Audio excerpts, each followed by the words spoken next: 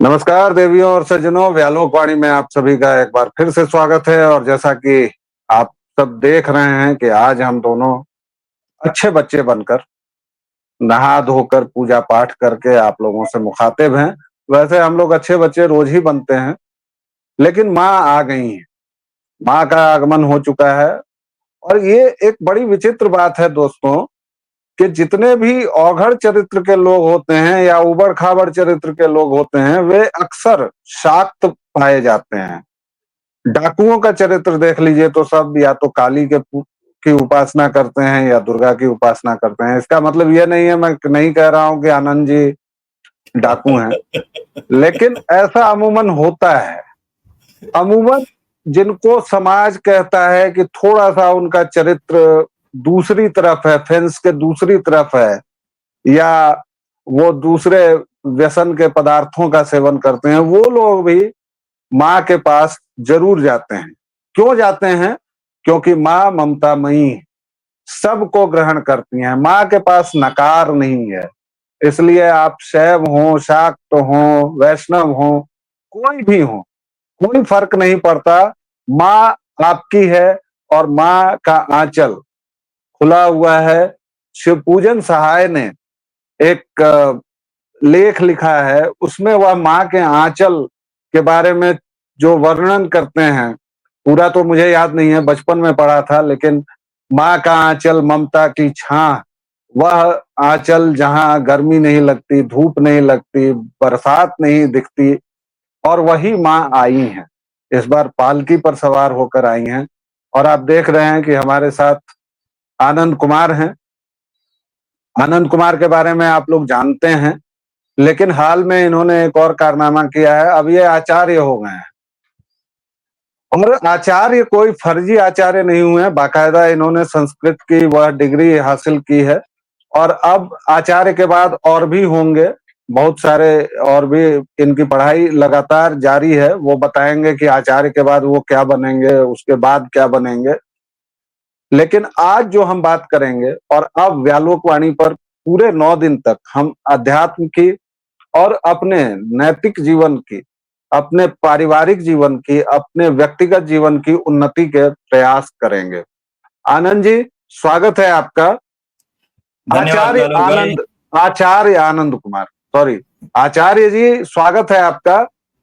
पहले तो आपको ढेर सारी शुभकामनाएं माता के आने की, दुर्गा शारदीय नवरात्र की। और अब हमारे दर्शकों को आप बताएं कि इस बार माँ का आगमन किस पर हुआ है, और कैसे कैसे हम पूजा की शुरुआत कर सकते हैं। आपने कैसे की है पूजा की शुरुआत, फिर मैं अपने बारे में बताऊंगा। देखिए, हम लोगों की पूजा की जो शुरुआत होती है वो बिल्कुल सामान्य होती है। कई वर्षों से चूंकि हम लोग करते आ रहे हैं, तो अब धीरे धीरे करके ये अभ्यास में ही आ गया है कि दुर्गा पूजा का पाठ, इसका मतलब होता है कि हम लोग दुर्गा सप्तशती का पाठ करना शुरू कर देते हैं। अगर आप उत्तर भारत के बदले दक्षिण भारत की ओर देखेंगे, तो दक्षिण भारत की ओर दुर्गा सप्तशती का पाठ थोड़ा कम होता है। सप्तशती के पाठ के बदले वो लोग सौंदर्य लहरी का पाठ कर रहे होते हैं। दोनों पुस्तकों में अंतर ये है कि दुर्गा सप्तशती जो है वो मार्कंडेय पुराण से आती है, मार्कंडेय पुराण का एक हिस्सा है, उसमें से 13 अध्याय लेकर के और दुर्गा सप्तशती जो होती है वो बनती है, और उसके आगे कुछ और दूसरे जो संस्कृत के स्रोत होते हैं वो जोड़े जाते हैं। ऐसे ही अगर आप सौंदर्य लहरी को देखेंगे, तो सौंदर्य लहरी के बारे में एक दूसरी कहानी जुड़ी हुई होती है। सौंदर्य लहरी के बारे में कहानी ये जुड़ी होती है कि ये आदि शंकराचार्य की रचना है। अब आदि शंकराचार्य की भी जो रचना है, इसमें भी ये पूरी रचना आदि शंकराचार्य की नहीं मानी जाती। इसमें माना जाता है कि आदि शंकराचार्य जो थे वो भगवान शिव के पास गए, और भगवान शिव के पास जब जाते हैं वो, और उनसे कहते हैं कि देवी की उपासना के लिए जो अच्छे स्त्रोत हैं, अच्छे श्लोक हैं, अच्छे मंत्र हैं, वो मुझे सिखा दीजिए। भगवान शिव जो है वो एक दीवार पर लिख करके जाते हैं। अब जैसे जैसे शंकराचार्य जो है वो एक तरफ से उनको पढ़ना शुरू करते हैं, दूसरी तरफ से नंदी जो है उसको मिटाना शुरू कर देते हैं। तो अब होता क्या है कि जब तक वो आधा पढ़ते, आधा मिट गया था। तो फिर जो है शंकराचार्य शिकायत लेकर के भगवान शिव के पास जाते हैं और कहते हैं कि आधा तो उसने मिटा दिया। तो भगवान शिव कहते हैं कोई बात नहीं, आधा मिटा दिया तो तुम्हारी क्षमता इतनी है कि बाकी आधे की रचना तुम स्वयं कर सको। तो आधा जो है सौंदर्य लहरी का आधा हिस्सा आप देखेंगे तो आनंद लहरी और सौंदर्य लहरी 2 हिस्से होते हैं, और पूरे को मिला करके करीब 100 श्लोकों का ये पूरा ग्रंथ होता है। और इन 100 श्लोकों में पूरी बात आती है। इसमें से आधे को माना जाता है कि सीधे सीधे भगवान शिव का प्रदान किया हुआ है, आधे के करीब को माना जाता है कि वो आदि शंकराचार्य की स्वयं की रचना है। अब अच्छा, अगर आप पुस्तकों में देखेंगे तो 1-2 श्लोक और बढ़ गए हैं जो बाद में शंकराचार्य ने जी जी। अच्छा देखिए, आप बार बार जैसे आप धोखे से गीता पढ़ाते हैं, तो उसमें आपका एक बहुत फेमस डायलॉग है कि आपने पीएचडी का लेवल पढ़ने के लिए खुद मेहनत करनी पड़ेगी। तो हम लोगों ने शायद पीएचडी के लेवल से शुरुआत की। मैं दर्शकों को थोड़ा सा पहली दूसरी की बातें बता देता हूँ। जी सबसे पहले तो जो अनुष्ठान है, देखिए सनातन ऐसा है दर्शकों श्रोताओं कि आपको इसमें कोई भी एक विधान नहीं है, एक हमारा कोई पैगंबर नहीं है, एक हमारी कोई किताब नहीं है, और एक कोई पूजा पद्धति भी नहीं है। तो आप जैसे चाहें वैसे कर सकते हैं। जैसे मैं पुष्प अर्पित करता हूं, आनंद जी नहीं कर सकते हैं, आनंद जी पुष्प अर्पित कर सकते हैं, मैं नहीं कर सकता हूं। मतलब ये कहीं से कोई ऐसे नियम नहीं है कि ये नहीं करोगे तो सर्तन से जुदा हो जाएगा, पहली बात। दूसरी बात, उपवास पर आते हैं। अब जैसे 9 दिनों तक मेरा जो उपवास का तरीका है व्यक्तिगत तौर पर, वह मैं केवल और केवल नींबू पानी पर रहता हूं। आनंद जी कैसे रहते हैं वो आनंद जी बताएंगे, शायद फलाहार करते हैं। लेकिन दूसरा तरीका ये होता है कि आप दिन भर में यानी 24 घंटे में एक बार फलाहार करें। तीसरा तरीका ये होता है कि आप दिन भर फलाहार करें और रात्रि काल में अन्न का सेवन कर लें। चौथा तरीका भी है, 8 तरीके हैं साहब। चौथा तरीका ये होता है कि आप दिन भर फलाहार भी करें, अन्न भी खाएं, और उसके बाद कहते रहें रात में आप वो घी में और सेंधा नमक में बना के खाना खा लें। तरीका वो होता है जो पंजाब की आंटियों ने निकाला है। तरीका व्रत की थाली होता है जो आप आजकल हल्दीराम में, बीकानेर में और तमाम जगहों पर देख सकते हैं। अब उसमें क्या होता है, कभी कुट्टू का आटा होता है। कुट्टू मतलब वो हमारे यहाँ तो उसको सिंघाड़े का सिंघाड़ा आटा कहते हैं। कहते हैं। सिंघाड़ा कहते हैं। वो जलीय एक फल है और उसमें तिकोना टाइप का होता है, उसका आटा का फल खाते हैं। तो कुट्टू का आटा होता है, साबूदाना होता है और पता नहीं क्या क्या आजकल। और अंतिम तरीका ये होता है कि आप दिन भर खाएं भी और खाने के पहले पूजा पाठ कर लें। ये 7-8 तरीके के हमारे यहाँ व्रत के इतने तरीके हैं। आनंद जी आप क्या करते हैं? और इसके बाद अनुष्ठान और पूजा के तरीकों पर हम बात करेंगे। देखिए, नींबू पानी पर हम तब होते हैं जब माता श्री नहीं हो या माता श्री आसपास ना हो। अगर माता श्री आसपास हो तो डांट पड़ती है कि कुछ खाओगे नहीं और सारा दिन काम करते रहोगे। तो क्योंकि बाकी छुट्टी तो होती नहीं, जो बाकी काम है वो तो चलता रहता है पहले के जैसा। तो उसमें होता क्या है कि भाई रात के समय आपको फलाहार फलाहार में भी बहुत सी चीज़ें होती हैं। जैसे कि आप केले खा सकते हैं, सेब खा सकते हैं, कुछ एक फल होते हैं जो कि नहीं खाए जाते, तो उनको छोड़ दिया जाता है। केले, सेब वगैरह जो होते हैं वो खाए जा सकते हैं, दूध आप पी सकते हैं। तो ये चीज़ें जो होती हैं वो रात के एक टाइम वो चल रहा होता है मेरा। 100% अभी, कम से कम अभी जब हम घर पे हैं तो 100% जो नींबू पानी पर से उतर आया जाता है वो वाला नहीं चल रहा होता। पाठ का इसके तरीका अलावा आपसे जानेंगे, पाठ का पाठ का तरीका पाठ का तरीका जैसे जो होता है बैठते वो हैं। पाठ का तरीका जो होता है वो भी बदलता रहता है। पाठ का तरीका बदलने का भी आपको बता दें, जैसे आपने बताया कि कई तरीके होते हैं उपवास रखने के। सिर्फ अगर आप प्याज और लहसुन छोड़ दें तो उतने पे भी उपवास माना जाता है। जैसे अगर मेरी दादी का देखिएगा तो दादी अब उपवास नहीं करती। वो जो एक पूजा पाठ करके, और अब कहा जाता है कि अब मेरी शारीरिक क्षमता नहीं बची, आगे मैं उपवास नहीं करूंगा तो या करूंगी, तो वो जो एकादशी वगैरह के जो यज्ञ होते हैं उनके बाद इनको बंद कर दिया जाता है। तो उस तरीके से वो बंद कर चुकी हैं। लेकिन अभी भी उनका जो आप भोजन देखेंगे तो उसमें लहसुन, प्याज वगैरह सारा कुछ जो होता है वो सब बंद हो जाता है। तो वो एक व्यक्ति के लिए बंद नहीं होता, वो घर के सभी लोगों के लिए ऑटोमेटिक है कि बंद हो जाता है। तो उतने पे भी उपवास होता है। पाठ का तरीका जैसे देखेंगे तो पाठ के तरीके भी सभी लोगों के अलग अलग होते हैं। कुछ लोग जो होते हैं वो प्रथम चरित्र, मध्यम चरित्र और उत्तम चरित्र ऐसे मान लेते हैं दुर्गा पूजा के मतलब दुर्गा सप्तशती में। और एक दिन उन्होंने प्रथम चरित्र का पाठ किया, दूसरे दिन मध्यम चरित्र का पाठ किया, तीसरे दिन उत्तम चरित्र का पाठ किया। इस तरह से 3 बार 9 दिनों में उन्होंने पाठ पूरा किया। पूरी पुस्तक का कोई कोई लोग पाठ करते हैं, जैसे हम लोगों को अब 3-3.5 घंटे लगते हैं एक बार पूरा पाठ करने में। तो इतना समय हम लोग 6 बजे से 9 बजे तक में हम लोग पूरा कर सकते हैं, इसलिए ये कोई दिक्कत नहीं होती है हम लोगों के लिए। कई बार हम लोग अच्छा सुबह जल्दी उठ रहे होते हैं तो भी जी पाठ कर रहे होते हैं, तो पूरा का पूरा पाठ कर दें, ऐसा भी संभव है।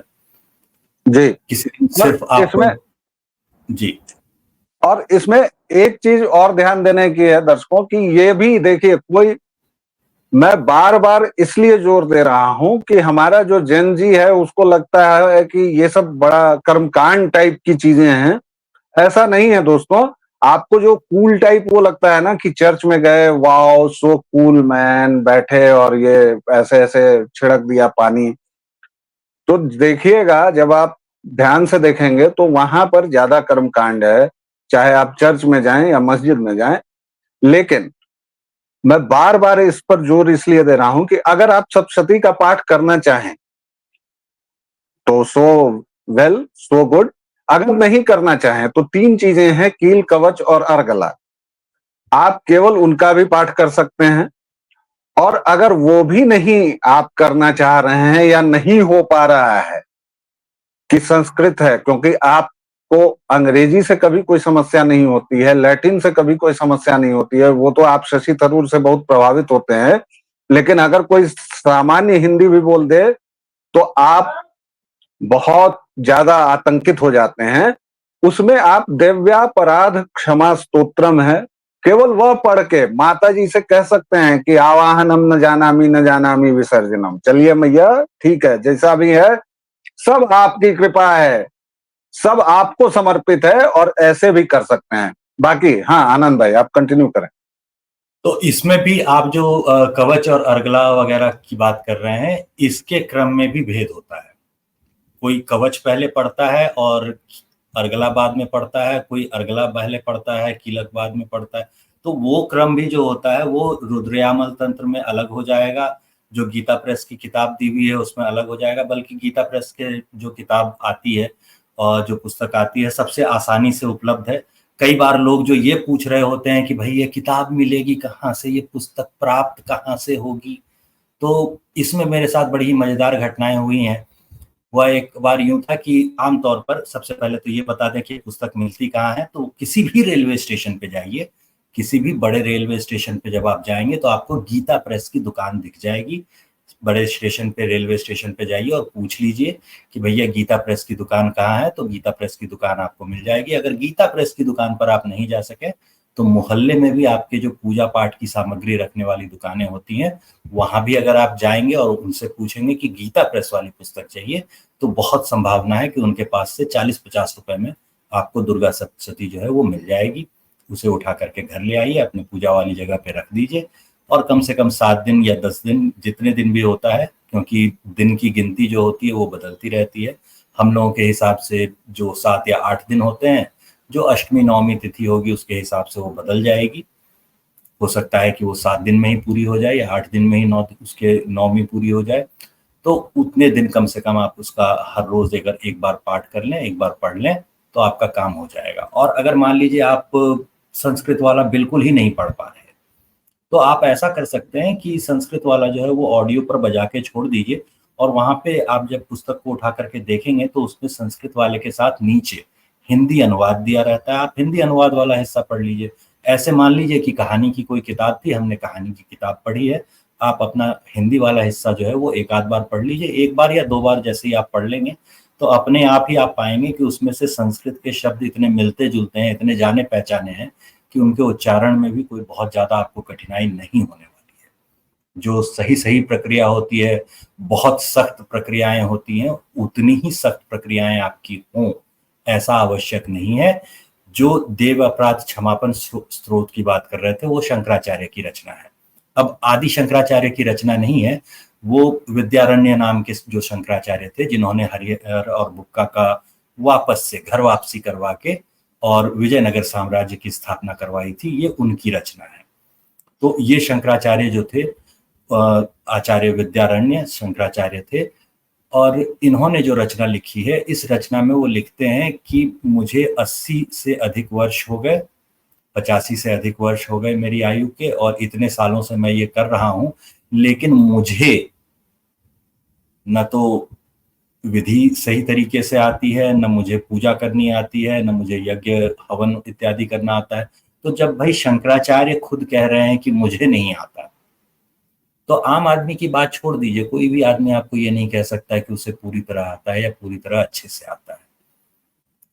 तो आप उसको पढ़िए, उसका पाठ करके देखिए, वहां लिखा क्या है कम से कम ये समझने की कोशिश कीजिए। तो इससे आपकी जानकारी आपके धर्म के बारे में, या वहां क्या लिखा है, या कितना लेनियंट है आपका धर्म, कितना लचीला है, कम से कम ये आपको पता चल सकेगा। और इस लचीलेपन पर बात जरूरी इसलिए है मेरे साथियों, क्योंकि आजकल इसको बहुत निशाना बनाया जाता है। आजकल ये चाहत, खासतौर से 2014 के बाद जो शाकानाजी हुए हैं, जो शाकाहार के नाम पर तलवार लेकर मैदान में कूद पड़े हैं, शाकाहार से आगे वीगन होने के नाम पर पूरा दमदमामा लेके पड़े हुए हैं, पीना भी बंद कर दो, गाय का दूध पीने पर आमादा हैं, वो ये जान लें कि हमारे यहाँ यानी मिथिलांचल में जन्म से लेकर मरण तक, और यहाँ तक कि दुर्गा पूजा के दौरान भी मछली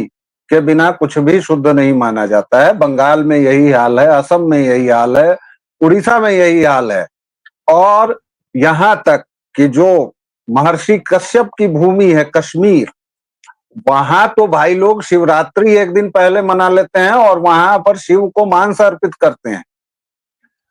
अब इसका मतलब ये नहीं है, अगर आपको देखना है तो परिवार में भी देख सकते हैं जी, और इसका मतलब ये नहीं है कि आप कल को जाके और किसी भी मंदिर के शिवलिंग पर मांस चढ़ाने लगे, पिटाई हो जाएगी, सरकार लिंचिंग हो सकती है, ऐसा मत करें।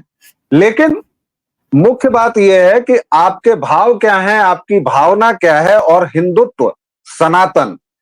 मैंने बार बार कहा कि हम लोग हिंदू इसलिए हैं कि हमें किसी एक पैगंबर की जरूरत नहीं है, हमारी कोई एक किताब नहीं है, और हमारा कोई एक ऐसा नियम नहीं है जो हमें करना ही होगा। मैं पैदा हुआ और मैं हिंदू हूं, मैं सनातनी हूं, मैं ये 9 दिन इस तरह से रहता हूं, और उसके बाद कुछ व्यसन भी हैं मेरे, आनंद जी के भी हैं, हर एक व्यक्ति के हैं, लेकिन उससे मेरा हिंदुत्व का सर्टिफिकेट कोई कैंसिल नहीं कर सकता है, और जो कैंसिल कर रहा है वो महामूर्ख है, क्योंकि उसको पता ही नहीं है। तो इसलिए हे जेन जी वालों, उठिए, जागिए, और केवल इतना कीजिए कि इन 9 दिनों तक हमारी बातें सुनिए। हम इन 9 दिनों तक केवल आध्यात्म की चर्चा, केवल, और इसमें आप अपने सवाल पूछिए, अपनी जिज्ञासाएं रखिए, और यह भी पूछिए कि आप जो कॉर्पोरेट जॉब कर रहे हैं उसमें इस सब के लिए समय कैसे मिलेगा। हम अगले वीडियो में वो भी जरूर बताएंगे, क्योंकि ये बड़ा आजकल बहाना चलता है कि समय नहीं मिल रहा है गुरुजी, समय कैसे मिलेगा, समय सबका मिलता है सर। और आनंद जी, आपके क्लोजिंग रिमार्क्स फिलहाल ये पहले वीडियो के लिए। फिलहाल के लिए हम लोग यहाँ पर अपनी बात को विराम देते हैं, और जैसा कि आपने बताया कि इसके लिए समय कैसे मिलता है, तो भैया कॉर्पोरेट जॉब करते करते ही हम भी ये काम कर रहे थे। अभी तो ऐसा तो है नहीं कि पिछले साल शुरू कर दिया है, या अभी हम कोई जॉब नहीं करते या काम नहीं करते, ऐसा भी नहीं है, अभी भी काम ही कर रहे होते हैं। और जब कॉर्पोरेट जॉब कर रहे होते थे उस वक्त भी कर रहे होते थे, तो टाइम नहीं मिलता, ये बहाना मत बनाइए, टाइम इसके लिए मिल जाता है। आप अगर रात के 2 बजे तक जागना चाहते हैं और व्हाट्सएप पे चैट करना चाहते हैं, उससे थोड़ा सा कंट्रोल करके, और 10 दिन में आप ये टाइम निकाल सकते हैं, अगर सुबह थोड़ा सा टाइम से उठने लगे तो। और हम बार बार आपको क्यों, और हम आपको बार बार ये क्यों कह रहे हैं, इससे न तो हमारे अकाउंट में पैसा आने वाला है, और न ये हमारा कोई फायदा करने वाला है। इससे ये जरूर होगा कि जो ये हम लोग आजकल आत्महत्याओं की और अकेलेपन की और ये तमाम खबरें सुन रहे हैं कि कोई वाइस प्रेसिडेंट है किसी बड़े संस्थान का और वो जाके कूद जा रहा है, कोई कहीं फांसी लगा रहा है, यकीन मानिए बहुत तो फायदा कल मिलेगा। सबसे पहले हम लोग कल जब हम लोग सबसे पहले प्रथम चरित्र की बात करेंगे, प्रथम चरित्र, मध्यम चरित्र और उत्तम चरित्र, ऐसे 3 हिस्सों में बांटा जाता है। तो कल जब हम लोग प्रथम चरित्र की बात करेंगे तो सबसे पहले हम लोग इसी पे बात करेंगे कि पहला चरित्र जो देवी का जहाँ से ये कहानी शुरू होती है दुर्गा सप्तशती की, वहां पर कैसे ये मानसिक स्वास्थ्य और जो लोगों का अभी का हाल है डिप्रेशन और बाकी चीजों का, उस पर ही कैसे ध्यान दिया जा रहा है, कैसे ये प्रथम चरित्र जो है सिर्फ उसी की बात कर रहा होता है या मुख्यतः उसी की बात कर रहा होता है, उस पर हम लोग चर्चा कर लेंगे कल। जी आइए जुड़िए और जो भी प्रश्न हो, प्रश्न के लिए नीचे कमेंट खुले हुए हैं, कमेंट हम लोग देखते हैं, पढ़ते हैं और उसके हिसाब से अगले दिन हम उन चर्चा में उन प्रश्नों को शामिल भी करने की कोशिश करेंगे। जी, बहुत बहुत धन्यवाद आनंद जी, आपने हमें समय दिया। दर्शकों, व्यालोकवाणी को अपना प्रेम और स्नेह आप लोग लगातार दे रहे हैं, प्लीज अपना स्नेह बनाए रखें, प्रेम बनाए रखें। और चूंकि हमारे कुछ दर्शक इससे गुस्सा जाते हैं अगर मैं बार बार ये बात नहीं कहता हूं, तो प्लीज लाइक, शेयर और सब्सक्राइब करें। आनंद जी, आप भी ये अपील कर सकते हैं। जी जरूर, लाइक, शेयर और सब्सक्राइब कर दें। कम से कम कुछ ना हो पाए तो नीचे कमेंट में अपने प्रश्न जरूर छोड़ें, क्योंकि आप जब कोई चर्चा शुरू होती है सिर्फ एक पक्ष ही बोलता रहे, ये कोई अच्छी बात नहीं होती। सोशल मीडिया और इंटरनेट इसी काम के लिए है ताकि दूसरा पक्ष यानी कि आप जो कि हमारी बातें सुन रहे हैं, आपके मन में क्या विचार आए, क्या प्रश्न आए, उनसे भी हमें अवगत होने का मौका दीजिए। नीचे कमेंट जरूर कीजिए। बहुत बहुत धन्यवाद। जय सिया राम, जय माता। जय श्री जय